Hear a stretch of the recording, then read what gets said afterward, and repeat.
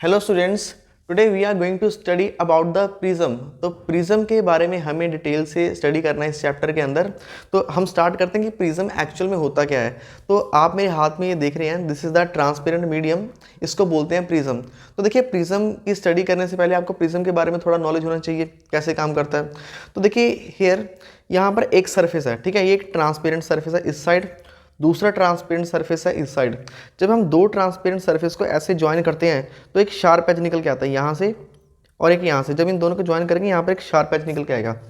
ऐसे ही ये हर तरफ से ऐसे शार्प है, ठीक है, एज टू एज ज्वाइंट है। तो इस तरह की बॉडी जो आपको ट्रांसपेरेंट दिख रही है, इसमें रिफ्रैक्शन भी होती है, डेविएशन भी होती है, दोनों काम होते हैं। तो ये ऑब्जेक्ट है प्रिज्म। तो चलिए स्टार्ट करते हैं डेफिनेशन से, व्हाट इज द प्रिज्म। तो चैप्टर का नाम रहेगा chapter number 3, that is the dispersion. Dispersion क्या होता है ये हम थोड़ी देर में पढ़ेंगे। जो पूरा चैप्टर हमें पढ़ना है ये प्रिज्म के थ्रू ही पढ़ना है। तो प्रिज्म की डेफिनेशन क्या होगी। अब prism is the portion of transparent refracting medium. देखिए ट्रांसपेरेंट है, बिल्कुल है, लाइट आर पार जा सकती है, ठीक है। रिफ्रैक्टिंग मीडियम है, इसमें लाइट रिफ्रैक्ट भी करती है। Bounded by two plane surfaces, दो प्लेन सर्फेस, एक इधर से आएगा एक इधर से आएगा। जब दोनों प्लेन सर्फेस ऐसे आपस में टच करेंगे, ज्वाइन करेंगे, तभी तो बनेगा bounded by two plane surface meeting each other at the two straight edges. Straight edge मतलब ऐसे शार्प एजेस, ठीक है, ये ऐसे मीट कर रहा है तो वहां पे क्या बनता है, प्रिज्म बनता है। ओके, तो ये हो गया प्रिज्म के बारे में। अब हमको जो करना है main, that is the refraction through prism. So next we are going to start about the refraction of light. तो रिफ्रैक्शन के बारे में आपने पढ़ा हुआ है। रिफ्रैक्शन क्या होता है, जब लाइट एक मीडियम से दूसरे मीडियम में जाती है और जाके वहाँ बैंड भी हो जाती है, तो इस फिनोमेना को हम क्या बोलते हैं, रिफ्रैक्शन ऑफ लाइट। तो देखिए यहाँ पर हमने एक ग्लास का सरफेस लिया हुआ है, ये एज टू एज ज्वाइन है, जो अभी आपने प्रिज्म की डेफिनेशन पढ़ी।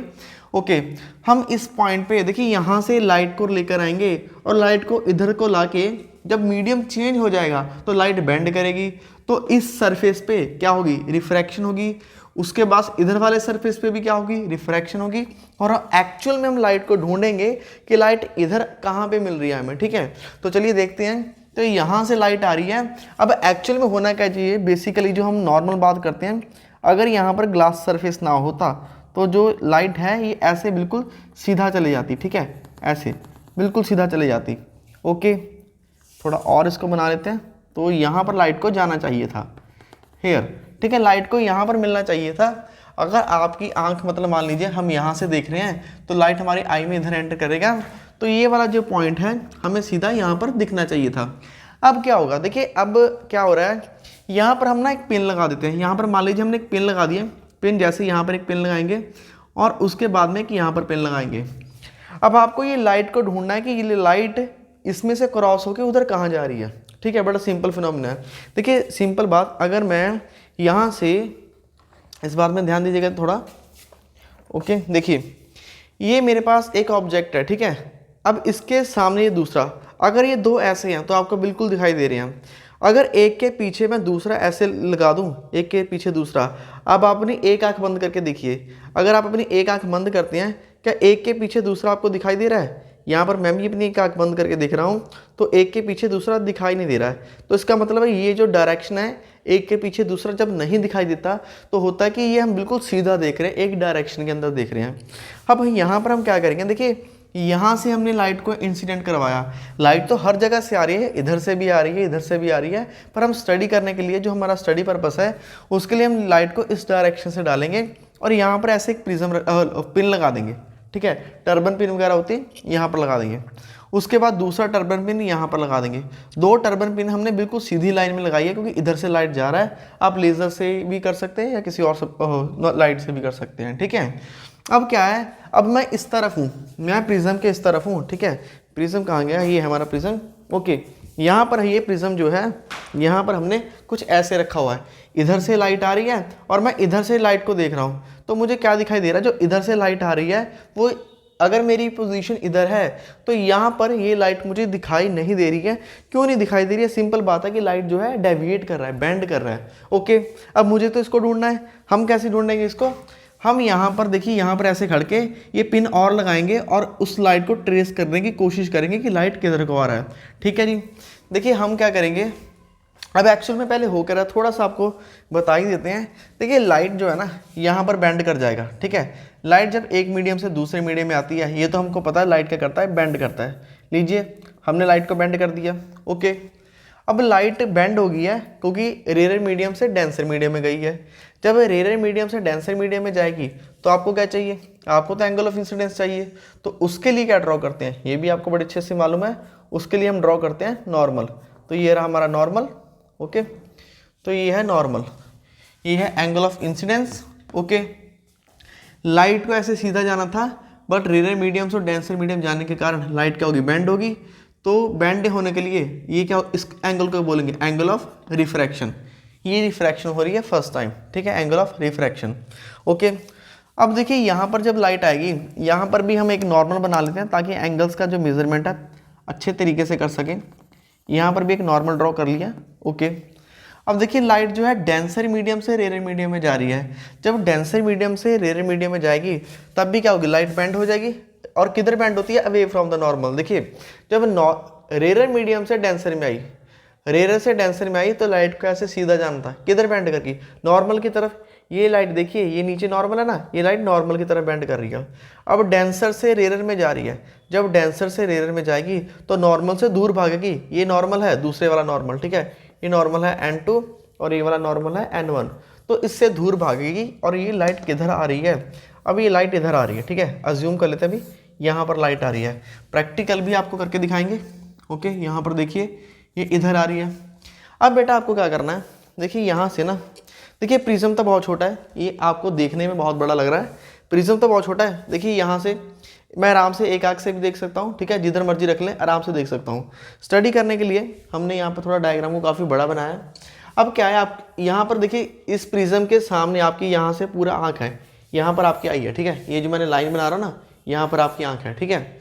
अब क्या करोगे, अब यहाँ पर मैं बना देता हूँ थोड़ा सा स्टडी पर्पज़ के लिए, ओके। यहाँ पर मैं आँख बना रहा हूँ।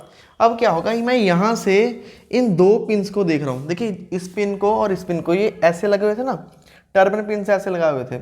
जब इन्हीं टर्बन पिन्स को मैं यहाँ से इस डायरेक्शन से देख रहा था तो मुझे ये टर्बन पिन्स दिखाई ही नहीं दे रहे थे। क्यों नहीं दिखाई दे रहे थे, अगर लाइट ऐसे सीधा आता आँख में तो ये टर्बन पिन्स मुझे जरूर दिखाई देते, बिल्कुल। जबकि ये देखिए आँख मेरी इसकी बिल्कुल स्ट्रेट डायरेक्शन में है, अब नहीं दिखाई दे रही है। तो क्या हो रहा है, यहाँ से लाइट बेंड हो चुकी है, तो अब लाइट इधर नहीं गई है तो इस डायरेक्शन में दिखाई देगा, ओके। इधर से फिर से लाइट बेंड हो गई है। अब मैं क्या करूँगा, यहाँ पर एक टर्बन पिन लगाऊंगा। कंडीशन क्या होगी, जब मैं इस पॉइंट पे टर्बन पिन लगाऊंगा तो मुझे इसके पीछे वाले ये दो टर्बन पिन है ये दिखाई नहीं देंगे, ठीक है। सबसे पहले देखिए अभी मैंने टर्बन पिन नहीं लगाया ना, अभी मैं यहाँ से देख रहा हूँ। जब मैं यहाँ से देखूंगा तो वो मुझे दोनों टर्बन पिन एक सीध में दिखाई दे रहे हैं, एक स्ट्रेट डायरेक्शन में दिखाई दे रहे हैं। इस पोजीशन से, इस एंगल से अगर इन दोनों टर्बन पिन को देख रहा हूँ बिल्कुल स्ट्रेट डायरेक्शन में दिखाई दे रहे हैं। अब मैं यहाँ पर जब मैं ये पिन लगा दूंगा ना, ये वाला पिन लगा दूंगा, इधर वाले पिन को लगाने के बाद ये दोनों दिखने बंद हो जाएंगे, ठीक है। क्यों, क्योंकि ये ऐसे हो रहा है ना, एक के पीछे दूसरा है, एक के पीछे दूसरा और यहाँ पर तीसरा, ठीक है, ऐसे है, ओके। अब मैं यहाँ पर पिन लगा देता हूँ, ओके, ये है मेरे पिन की पोजीशन।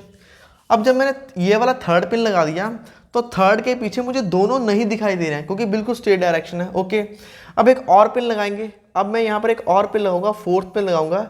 जब मैं फोर्थ पिन लगाऊंगा इसी आँख में, इसी आँख के सामने फोर्थ पिन लगाऊंगा तो पहले वाला, दूसरे वाला और तीसरे वाला तीनों नहीं दिखाई देंगे, ठीक है। ये एक मेथड है, प्रैक्टिकल मेथड है कि हम लाइट को ढूंढ सकते हैं कि लाइट एक्चुअल में कितना बेंड हुआ।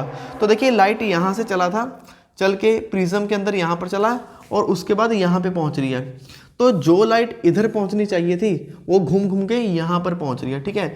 तो ये है प्रिज्म की स्टडी कि प्रिज्म के अंदर लाइट जो है कैसा बिहेवियर करती है, ठीक है। तो देखिए सबसे पहले लाइट यहाँ पर रिफ्रैक्ट हुई। रिफ्रैक्शन में हम बोलते हैं लाइट एक मीडियम से दूसरे मीडियम में जाता है। उसके बाद लाइट का रिफ्रैक्शन आपको यहाँ पर मिलेगा देखने के लिए, ये होगा यहाँ से और ये होगा यहाँ से, ठीक है। तो यहाँ पर हम बोल देते हैं ये हुई रिफ्रैक्शन, दूसरी बार रिफ्रैक्शन हो रही है। तो अगर मैं बात करूँ यहाँ पर रिफ्रैक्शन दूसरी बार हो रही है तो एक्चुअल में इस सरफेस के लिए, देखिए ये वाला जो सरफेस है, इस सरफेस के लिए R2 एक तरह का इंसिडेंस एंगल है, क्योंकि लाइट इधर से आ रही है ना, तो इधर वाले सरफेस के लिए R2 एक तरह का इंसिडेंस एंगल है। पर रिफ्रैक्शन की फॉर्म में लिखना है तो मैं इसको नाम R2 दे देता हूँ, ठीक है, क्योंकि स्टडी पर्पस के लिए थोड़ा ईजी रहेगा। अब जब लाइट दूसरे मीडियम से यहाँ पर बाहर निकल रही है तो ये क्या हो जाएगी, एमर्जेंट, एंगल ऑफ एमर्जेंट है। एंगल ऑफ एमर्जेंट मतलब लाइट बाहर निकल रही है, ठीक है। आई को मैंने R2 क्यों लिखा, देखिए एक ही प्रिज्म के अंदर दो बार रिफ्रैक्शन हो रहा है, एक बार रिफ्रैक्शन इधर हो रहा है और एक बार रिफ्रैक्शन इधर हो रहा है। तो दूसरी बार रिफ्रैक्शन इधर हो रहा है, तो इसलिए जो एंगल ऑफ इंसिडेंस है दूसरे सरफेस के लिए उसको मैं एंगल ऑफ इंसिडेंस को रिफ्रैक्शन का लिख देता हूँ, जो एक्चुअल में रिफ्रैक्शन का एंगल उसको मैं एंगल ऑफ एमर्जेंट लिख देता हूँ। ठीक है, तो ये होगा पूरा प्रिज्म के बारे में। इसका नॉमेनक्लेचर कर देते हैं, ए बी और सी। आपको ना बेटा एक बात हमेशा याद रखनी है, जब भी आप लाइट इंसिडेंट करेंगे ना तो लाइट हमेशा जो है प्रिज्म के बेस की तरफ बेंड होगी। अगर आप इसको ऐसे उल्टा भी बनाएंगे ना, अगर ऐसे उल्टा भी बनाएंगे, ठीक है, तो अगर अभी मैं लाइट यहाँ से डालूंगा, ठीक है, लाइट फिर से यहाँ से बेंड हो जाएगी, ठीक है, थोड़ा बेंड होगी, बेंड होकर यहाँ चले जाएगी। इसके बाद जब लाइट फिर से इधर जाएगी ना तो लाइट हमेशा, देखिए ये प्रिज्म का बेस है, ये बेस था BC, तो लाइट अगर यहाँ से भी डालेंगे तो घूम घूम के लाइट जो है बेस की तरफ ही बेंड होती है। आपको कौन सा नॉलेज यूज़ करना है, वही रेयर मीडियम से डेंसर मीडियम वाला। तो ये तो चलो आपको रफली मैं बता रहा हूँ, ठीक है। तो फाइनली यहाँ पर हमारी आँख है और ये हमारे पास लाइट जो है मिल चुकी है, ठीक है। तो ये हो गया, ओके। अब और क्या हो रहा है लाइट के, देखिए अब लाइट इधर से सीधा जा रहा था, ये लाइट बेंड कर गया। अब लाइट को थोड़ा सा डेविएशन की फॉर्म में अगर लिखना चाहें तो हम क्या करेंगे, इस लाइन को देखिए, ये जो रे ऑफ लाइट है इसको सीधा बढ़ाएंगे पीछे की तरफ, ओके। यहाँ पर देखिए ये बढ़ रही है, ओके। अब ये वाला एंगल को स्टडी कीजिए, लाइट यहाँ से ऐसे जा रही है, मिल किधर रही है, इधर मिल रही है, तो ये जो एंगल है, this angle is delta, delta is called angle of deviation. अब आपके दिमाग में क्वेश्चन आ रहा है कि डेविएशन और रिफ्रैक्शन में क्या डिफरेंस है। रिफ्रैक्शन है कि जब लाइट एक मीडियम से दूसरे मीडियम में जा रही है, रिफ्रैक्शन है, ओके। यहाँ पर भी एक मीडियम से दूसरे मीडियम में जा रही है, रिफ्रैक्शन है। पर रिफ्रैक्शन हो कितनी बार हो रही है, 2 बार हो रही है। जब रिफ्रैक्शन मल्टीपल टाइम होती है, ठीक है, रिफ्रैक्शन मल्टीपल टाइम हो रही है, उस वक्त लाइट टोटली कितना बेंड कर गई, मल्टीपल रिफ्रैक्शन में लाइट टोटली कितना बेंड कर रही है, उसको बोलते हैं डेविएशन। तो डेविएशन हम यहाँ पे यूज़ करेंगे, this is the angle of deviation. तो पहली बार लाइट यहाँ से डेविएट किया था लाइट को, तो डेल्टा 1, दूसरी बार लाइट यहाँ से डेविएट हुई, दैट इज डेल्टा 2। तो ठीक है, ये कंप्लीट पिक्चर होगी डायग्राम के बारे में। प्रैक्टिकली कैसे बनाते हैं, प्रैक्टिकली आप पिन्स लगा के बनाओगे, पिन्स लगा के लाइट को ट्रेस करोगे। इस साल आपका प्रैक्टिकल भी आप लैब में भी करोगे, ठीक है। तो ये डायग्राम है, इसी डायग्राम से हम इसके कुछ इंपॉर्टेंट रिजल्ट की कैलकुलेशन करेंगे, ठीक है जी, ओके। तो सबसे पहले जो हमें प्रूव करना है, so see it's first part हमें प्रूव करना है A plus delta to prove, first part हमें प्रूव करना है, that is A plus delta is equal to I plus E, ठीक है बेटा। ये पार्ट है जो हमें फर्स्ट प्रूव करना है। देखिए ए क्या है, this is the angle of prism, angle of prism is a. अगर ए में मैं ये डेल्टा का एंगल, डेविएशन का एंगल ऐड करता हूँ, ए प्लस डेल्टा, ये किसके इक्वल आएगा, हमेशा आई प्लस ई, इन दोनों के इक्वल आएगा। तो चलिए स्टार्ट करते हैं, और थोड़ा और, ये है ए, इस पॉइंट को नाम दे देते हैं पी, ओके, इस पॉइंट को नाम दे देते हैं क्यू, और इस पॉइंट को दे देते हैं एस, ठीक है। आर मैंने इसलिए नहीं लिखा क्योंकि R1 यहाँ पर भी है, पी क्यू एस कोई भी नाम दे सकते हो, कोई दिक्कत वाली बात नहीं है, ठीक है। ये हो गया, ओके। सो एट पॉइंट P, अगर P पॉइंट की बात करें, ठीक है, एंगल जो I है, देखिए ये वाला एंगल I किसके इक्वल होगा, पूरा delta plus R1, okay. Angle I is equal to delta 1 plus R1, क्यों, ये है vertically opposite angle, equation number 1 that is vertically opposite. ध्यान से देखिए, ये वाला एंगल और ये कंप्लीट एंगल दोनों क्या वर्टिकली ऑपोजिट नहीं है, आंसर है बिल्कुल है। तो यहाँ से हम डेल्टा 1 की वैल्यू निकाल लेंगे, ये क्या आ जाएगी I माइनस R1, ठीक है। तो इसको मान लेते हैं इक्वेशन नंबर 2, ओके। फिर से इस सरफेस पे देखिए, इस सरफेस पे ये जो है, ये वाला एंगल और ये वाला एंगल, ये भी वर्टिकल ऑपोजिट है। तो सिमिलरली जैसे इक्वेशन नंबर 2 आया है, ऐसे ही हम क्या लिख सकते हैं, डेल्टा 2 भी सेम टू सेम आ जाएगा E माइनस R2, ठीक है। डेल्टा 1 की जगह डेल्टा 2 हो जाएगा, I की जगह E हो जाएगा, R1 की जगह R2 हो जाएगा। क्योंकि जैसे ये दोनों वर्टिकल ऑपोजिट एंगल है, वैसे ही ये दोनों भी बिल्कुल क्या है, वर्टिकली ऑपोजिट एंगल है। आप चाहें तो पूरा लिख के भी कैलकुलेट कर सकते हैं। चलिए मैं लिख के बता भी देता हूँ आपको। E किसके इक्वल आ जाएगा, E आ जाएगा delta 2 plus R2, delta 2 plus R2, okay, delta 2 plus R2। अगर यहाँ से मैं डेल्टा 2 की वैल्यू निकालूंगा तो क्या आ जाएगी, E माइनस R2, ये आएगी। तो इसी को हमने क्या नाम दे दिया, इक्वेशन नंबर 3। तो ये आएगी इक्वेशन नंबर 3, ओके। अब जो टोटल डेविएशन हो रहा है, टोटल डेविएशन डेल्टा, इसको क्या लिख सकता हूँ, डेल्टा 1 प्लस डेल्टा 2 लिख सकते हैं। चेक कीजिएगा, देखिए ट्रायंगल की स्टडी आपने की हुई है, इस ट्रायंगल को देखिए, पी एस और ये वाला पॉइंट है टी। PST में देखिए these two are the interior angle, delta 1 और डेल्टा 2 ये ट्रायंगल के इंटीरियर एंगल है। अगर ये ट्रायंगल के इंटीरियर है तो किसके इक्वल होगा इनका सम, एक्सटीरियर के इक्वल। तो हम लिखेंगे delta is equal to delta 1 plus delta 2। Okay, अब डेल्टा 1 की वैल्यू पुट करेंगे, क्या आएगी बेटा, आई माइनस R1 प्लस डेल्टा 2 की वैल्यू पुट करेंगे, क्या आएगी, E minus R2, E minus R2। Okay, delta is equal to I plus E, और इन दोनों में माइनस इधर भी है माइनस इधर भी है, कॉमन ले लेंगे, क्या आ जाएगा, R1 प्लस R2। ओके, तो ये आ गई हमारी क्वेश्चन नंबर 4। तो क्वेश्चंस बनाते जाएं क्योंकि ऐसे ऐसे ये यूज़ होता रहेगा। ओके, अब हमें क्या चाहिए, हमें डेल्टा ये चाहिए, डेल्टा है, हमें इसको किस में कन्वर्ट करना, आई प्लस ई की फॉर्मेट में। ओके, अब थोड़ा सा देखिए इसको स्टडी करते हैं ट्रायंगल को। देखिए ये ट्रायंगल है R1 R2 और ये है एंगल क्यू, ठीक है, R1 R2 और क्यू, इन तीनों का सम कितना होना चाहिए। अगेन फिर से ये नेक्स्ट जो है angle R1 plus angle R2 plus angle Q, इन तीनों का सम कितना होगा, 180 होगा।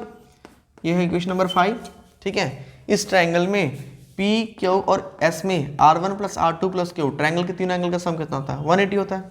ओके, ऑल्सो एक और चीज़ देखें, हम और क्या लिख सकते हैं, we can also write one, यहाँ पर ये है नॉर्मल, ये तो इंसिडेंट लाइट थी, ये है इंसिडेंट लाइट और ये है नॉर्मल, ठीक है। अगर ये नॉर्मल है तो ये टोटल एंगल कितना होगा, ये टोटल एंगल। नॉर्मल हम कैसे ड्रॉ करते हैं, नॉर्मल हम सरफेस पे ड्रॉ करते हैं ना, तो सरफेस पे ये है नॉर्मल, ये एंगल हो जाएगा 90, ये वाला एंगल 90। अगर इधर एंगल 90 है तो ये भी क्या हो जाएगा, ये भी 90 हो जाएगा, ठीक है, ये भी 90 हो जाएगा। अब आपको क्या लेना है, देखिए अगर मैं क्वाड्रिलेटरल की बात करूं, angle A plus angle P plus angle E plus Q plus angle E, A P Q E, इन चारों एंगल का सम कितना होता है, 360। कोई भी क्वाड्रिलेटरल हो, पैरेललोग्राम, रेक्टेंगल, स्क्वायर, सभी कोई भी हो, तो उन चारों एंगल का सम कितना, 360। 1 2 3 4, तो 4 एंगल है, 4 एंगल का सम 360 है। ओके, उनमें से 90 प्लस 90, इन दोनों का सम भी कितना होगा, 180 होगा। ओके, तो 180 तो ये दोनों हो गए। अब ये जो a प्लस डेल्टा है, इन दोनों का सम, a प्लस क्यू, इन दोनों का सम कितना होगा, देखिए also we can write angle a, okay, plus angle, इसको क्या बोल देंगे, ए पी क्यू। ओके, इसका पूरा नाम लिख देंगे, angle A P Q plus angle Q plus angle A S Q. Okay, A S Q quadrilateral है, 360 सम होगा। 360 में से ये वाला एंगल और एक ये वाला एंगल, ए पी क्यू और A S Q, A P Q A S Q, इन दोनों का कितना है, 90 90 90 90 कितना हो जाएगा, 180। ये भी 90 और ये भी 90। ओके, यहाँ पर क्या बच रहा है, एंगल क्यू। ओके, ये एंगल क्यू और यहाँ पे क्या बच रहा है, angle A is equal to 360। अब मैं क्या लिख सकता हूँ, ए प्लस क्यू किसके इक्वल हो जाएगा, तो we can write A plus Q is equal to 180, ठीक है जी। यहाँ से आप कैलकुलेट करें, ए प्लस क्यू, ये 180 हो जाएगा, 180 हो जाएगा, क्या हो जाएगा, minus, so we can write A plus Q is equal to 180। Okay, अब ये है equation number 5, A plus Q 4 हो चुके हैं, A plus Q 180, equation number 5। 4 हम ऑलरेडी कर चुके हैं। ओके, एक इक्वेशन और लिखते हैं, ये देखिए, सॉरी 5 ये वाली है, इसको हम लिखेंगे इक्वेशन नंबर 6। फिर से देखिए इक्वेशन नंबर 6, तो यहाँ पर फिर से 90 प्लस 90 कितना हो जाएगा, 180। अगर ये 180 हो गया, 180 तो जाए क्या हो जाएगा, माइनस हो जाएगा, ए प्लस क्यू कितना हो जाएगा, A plus Q is 180, question number 6। अब कंपेयर करते हैं, ठीक है, हम कंपेयर करेंगे 5 एंड 6। ओके, 5 और 6 दोनों को कंपेयर करते हैं। देखिए कंपेयर करें, 5 क्वेश्चन नंबर ये है और 6 नंबर ये है। यहाँ पर देखिए 5, देखिए क्यू इधर भी है और क्यू इधर भी है, ठीक है, 180 और यहाँ पर भी क्या है, 180, क्यू क्यू 180 180, तो ए किसके इक्वल होगा, ए हो जाएगा R1 प्लस R2 के इक्वल। देयरफॉर वी कैन राइट, जो ए है ये किसके इक्वल हो जाएगा, R1 प्लस R2। ओके, ए की वैल्यू आ चुकी है। अब कौन सी इक्वेशन यूज़ करेंगे, हम यूज़ करेंगे फ्रॉम 4। ओके, फोर्थ इक्वेशन क्या थी, फोर्थ इक्वेशन थी delta is equal to I plus E minus R1 plus R2। R1 plus R2 की वैल्यू क्या निकल गई है, ए निकल के आई है। ओके, तो delta plus A is equal to I plus E, ठीक है, यही प्रूफ करना था, चेक कीजिएगा। This is the first part but we had to prove, ठीक है। Delta plus A plus delta है, डेल्टा प्लस ए की बात है, यहाँ पर आई प्लस ई। तो ये हो गया फर्स्ट पार्ट जो हमें प्रूव करना है, ओके। अब जो इसका सेकंड, तो जब हम ये प्रूव कर दिया ना delta plus A is equal to I plus E, ये हम ऑलरेडी प्रूव कर चुके हैं। अब इसी का हमें सेकंड पार्ट भी प्रूव करना है, और सेकंड पार्ट जो है इसी के रिफ्रैक्टिव इंडेक्स के रिलेटेड है। रिफ्रैक्टिव इंडेक्स क्या होगा, देखिए रिफ्रैक्टिव इंडेक्स, लाइट एक मीडियम से दूसरे मीडियम में जाएगी तो लाइट बेंड होगी, कितना बेंड होगी वो डिपेंड करता है इसके रिफ्रैक्टिव इंडेक्स पे। तो रिफ्रैक्टिव इंडेक्स का फॉर्मूला है sine A plus delta M by two upon sine A by two. तो ये हमें प्रूव करना है सेकेंड पार्ट में, ओके। देखिए इस पार्ट को स्टडी करने के लिए आपको प्रिज्म का एक बड़ा पेक्यूलियर बिहेवियर स्टडी करना है। तो वो बिहेवियर कैसे है, देखिए यहाँ पर आपके पास चॉइस है कि आप एंगल ऑफ इंसिडेंस को चेंज कर सकते हो, आप पे डिपेंड करता है, ओके। चेंज कीजिए यहाँ पे, चलिए मैं स्टार्ट करता हूँ 30 डिग्री से। तो जब मैं एंगल ऑफ यहाँ पे रखूँगा 30 डिग्री, तो 30 डिग्री पे ये डेल्टा का पॉइंट आ रहा है, डेल्टा की रीडिंग निकल के आ रही है, मान लीजिए ये है रीडिंग 50 डिग्री, ठीक है। डेल्टा कितना निकल के आ रहा है 50 डिग्री। उसके बाद मैं इसको एंगल ऑफ इंसिडेंस को इंक्रीज करूँगा, ये मैंने 30 था, हमने स्टार्ट की थी 30 से, 30 के बाद मैं करता हूँ 35 पे इसकी रीडिंग ये निकल के आ रही है, ये कम हो रहा है, ठीक है। 50 से कम होकर मान लीजिए 48 आ गया, फिर से मैं इसको इंक्रीज करता हूँ 40, तो ये और कम हो रहा है, फिर से मैं इसको बढ़ाता जा रहा हूँ और कम हो रहा है, ठीक है। तो देखिए एक पर्टिकुलर रीडिंग पर जब स्टार्टिंग में क्या है, जब मैं एंगल ऑफ इंसिडेंस को इंक्रीज करता जा रहा हूँ तो डेल्टा लगातार कम होता जा रहा है। आप रीडिंग देखिए कैसे कैलकुलेट कर सकते हैं, ये देखिए ये वाला पॉइंट, जब ये 30, 40, 35 और 40 पे मेरे पास ये वैल्यू निकल के आ रही है, ठीक है।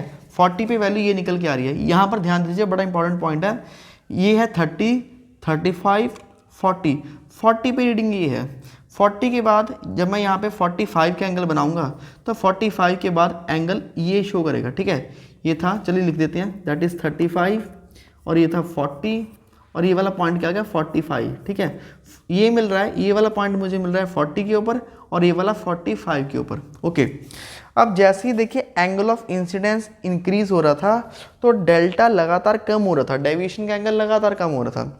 अब क्या हुआ, फिर से जब एंगल ऑफ इंसिडेंस को बढ़ाएंगे तो डेल्टा जो है इंक्रीज होना स्टार्ट हो गया। देखिए यहाँ से ये था 50, 40 या 30 कुछ भी मान लीजिए, ये लगातार कम हो रहा था, कम होने के बाद अब यहाँ से ये फिर से क्या हो गया, बढ़ना स्टार्ट हो गया। तो प्रिज्म का ये जो पेक्यूलियर बिहेवियर है ये बड़ा अजीब है, ठीक है। तो इसकी कर्व हमें कैसे बनानी है, देखिए आपको ये वाले पॉइंट्स तो मिल जाएंगे, ये जो पॉइंट्स है, ठीक है। तो ये जो बॉटम वाला पॉइंट है ना, ये सबसे कम डेविएशन देखिए इसके सामने सबसे कम यहाँ पर हो रही है, ठीक है। यहाँ पर जो डेविएशन हो रही है ये सबसे कम डेविएशन है, तो इस डेविएशन को हम नाम लिख देते हैं delta M, that is a minimum deviation. ये पॉइंट आपको कैसे ड्रॉ करना है, आप बस ऊपर से नीचे की तरफ ऐसे एक स्मूथ कर्व बनाएंगे, ठीक है। देखिए ऊपर से ऐसे नीचे की तरफ आ रहा है तो इधर से ऐसे बेंड हो जाएगा, तो ये पॉइंट है delta M, that is the minimum deviation. और इसके सामने ये जो एंगल होगा that is the angle of incidence. तो ये बिहेवियर है। जब ये बिहेवियर प्रिज्म के अंदर शो होता है तो क्या बिहेवियर है, फिर से दोहरा रहा हूँ कि पहले एंगल ऑफ इंसिडेंस इंक्रीज होता है, तो एंगल ऑफ इंसिडेंस के इंक्रीज होने पे डेल्टा कम होगा, फिर एक पॉइंट आएगा एंगल ऑफ इंसिडेंस का एक पॉइंट होगा कि डेल्टा मिनिमम हो जाएगा, इसको बोल देंगे डेल्टा एम, डेविएशन मिनिमम हो जाएगी। फिर से एंगल आई को इंक्रीज करेंगे, फिर से यहाँ पर देखिए 50, यहाँ पर 60, फिर से इसको इंक्रीज करेंगे तो डेल्टा इंक्रीज हो रहा है। अब जब ये एक्चुअल में होता है तो हमारे इस आर्टिकल में कौन कौन सी इक्वेशंस पे इफेक्ट पड़ेगा, मैं आपको सबसे पहले बताता हूँ। जब डेल्टा मिनिमम होता है, delta equal to delta M minimum होता है, तब क्या क्या होता है, देखिए R1 और R2 दोनों इक्वल हो जाते हैं। ये वाला एंगल R1 और R2 दोनों इक्वल हो जाते हैं, प्रैक्टिकली लैब में ये करके देखेंगे पॉसिबल है, ठीक है। R1 और R2 दोनों R के इक्वल हो जाएंगे, ठीक है। और क्या है, एंगल I और एंगल E भी इक्वल हो जाएगा, एंगल I और एंगल E ये भी क्या हो जाएगा, इक्वल हो जाएगा। अगर ये इक्वल हो जाएगा, देखिए इसको आप नोट कर ले, मैं ये साफ कर रहा हूँ क्योंकि इसी को हमें प्रूव करना है, ओके। अब देखिए रिफ्रैक्टिव इंडेक्स का फॉर्मूला क्या होता है, रिफ्रैक्टिव इंडेक्स का फॉर्मूला होता है साइन आई अपॉन आर। आप एंगल आई की वैल्यू निकाल लें, एंगल आर की वैल्यू निकाल लेते हैं, पुट कर देंगे, ये आंसर आ जाएगा, ओके। तो चलिए स्टार्ट करते हैं। अब हमें पार्ट करना है सेकंड पार्ट। तो सेकंड पार्ट में हमें चाहिए कैलकुलेशन आई और ई की। तो सबसे पहले तो जब ये रिजल्ट्स आ रहे हैं तो इन रिजल्ट्स में हमें देखिए कौन कौन सी इक्वेशन को उठा के प्रूव करना है। हमें क्या चाहिए, एक साइन आई की वैल्यू और एक साइन आर की वैल्यू। तो देखिए कि ये वाला इक्वेशन उठाते हैं, ये वाला इक्वेशन कौन सा है, मान लीजिए इक्वेशन नंबर 7, ठीक है। तो देखिए फ्रॉम 7, फिर से सेकेंड पार्ट प्रूव करने जा रहे हैं। फ्रॉम 7 इक्वेशन से R1 और R2 दोनों ही तो R के इक्वल हैं। तो यहाँ पर क्या हो जाएगा, that is R plus R is equal to A, R plus R 2R होगा, 2R हो जाएगा, 2R is equal to A, और A किसके R किसके को आ जाएगा, R आ जाएगा A/2। एक तो ये आ रिजल्ट आपके पास, R की वैल्यू आ चुकी है। अब आपको I की वैल्यू चाहिए, I की वैल्यू कहाँ से निकालें, यहाँ से भी निकल सकती है। अब कैलकुलेट करना है I को, ठीक है। I की कैलकुलेशन करेंगे रिजल्ट से, तो रिजल्ट वाली इक्वेशन को मान लेते हैं 8, ठीक है। From 8 what we can calculate A plus delta. देखिए डेल्टा में है मिनिमम, A ऐसे ही रहेगा, ओके। ये क्या है, I प्लस E, I और E तो इक्वल है, तो I प्लस E क्या हो जाएगा 2I, ओके, ये हो जाएगा 2I। और यहाँ से I की वैल्यू क्या निकल के आएगी, I की वैल्यू निकल के आएगी डेल्टा M प्लस A।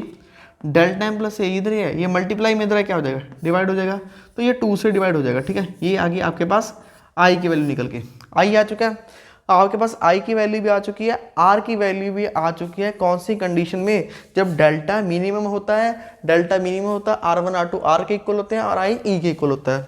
अब बताइए रिफ्रैक्टिव इंडेक्स लिखना है आपको। रिफ्रैक्टिव इंडेक्स का फॉर्मूला क्या होता है, देखिए रिफ्रैक्टिव इंडेक्स का मतलब लाइट दूसरे मीडियम में जा रही है पहले वाले से, दूसरे मीडियम में जा रही है फर्स्ट वाले से, that is sine I upon sine R, ये फॉर्मूला है, okay. Sine I upon sine R दोनों की वैल्यू रखेंगे तो रिजल्ट क्या निकल के आएगा। देखिए फाइनल इधर रख रहा हूँ, थोड़ा स्पेस कम है, स्पेस में एडजस्ट कीजिएगा।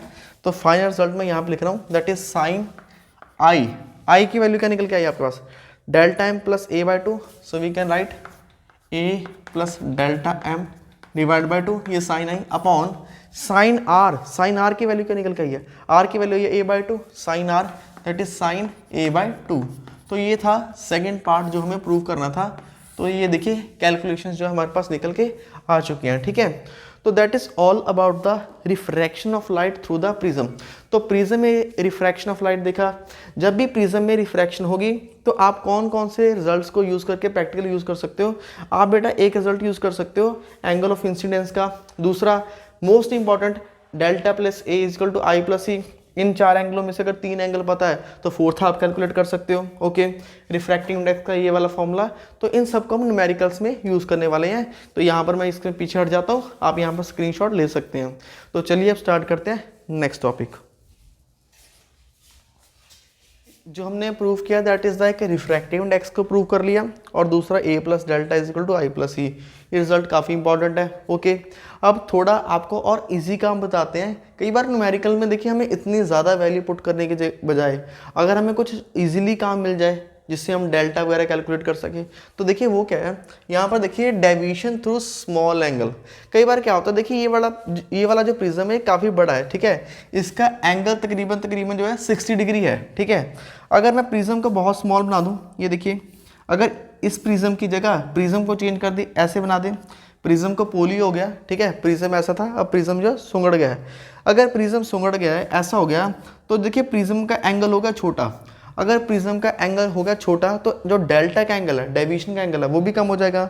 इसका मतलब जब डेल्टा कम होगा और एंगल ऑफ प्रिज्म छोटा होगा, तब हम इन दो रिजल्ट्स को कैसे और मैनिपुलेट कर सकते हैं, कैसे इसको चेंज करके लिख सकते हैं, ठीक है। So when prism angle and delta both are small, ठीक है, बोथ आर स्मॉल, अगर ये दोनों ही स्मॉल होते हैं तो हम क्या कर सकते हैं। देखिए हमें मैथमेटिकल क्या पता है, we can write I is equal to delta 1 plus R1, ये हम ऑलरेडी कर चुके हैं।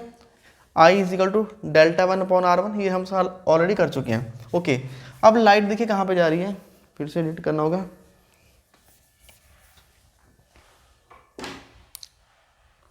Are small, okay. अब देखिए रिफ्रैक्टिव इंडेक्स को लिखना है आपको।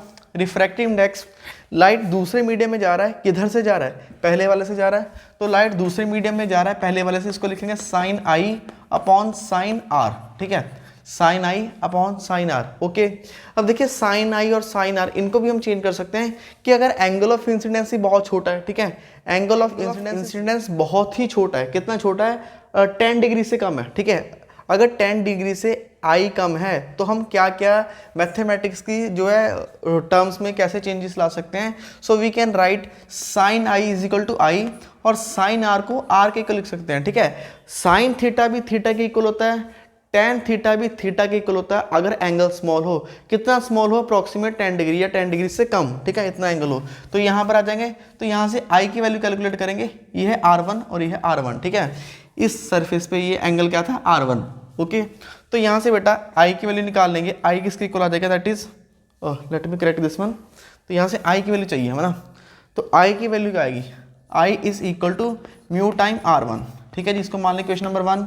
ओके, फिर से इधर वाले सरफेस के लिए क्या लिख सकते हैं, इधर वाले सरफेस के लिए हम लिख सकते हैं angle is equal to mu into R2, ये भी लिख सकते हैं। अभी हमने क्या प्रूव किया है, हमने जो प्रूव किया था a plus delta is equal to I plus E, तो we can write a plus delta is equal to I plus E. Okay, ये हमने लिखा था।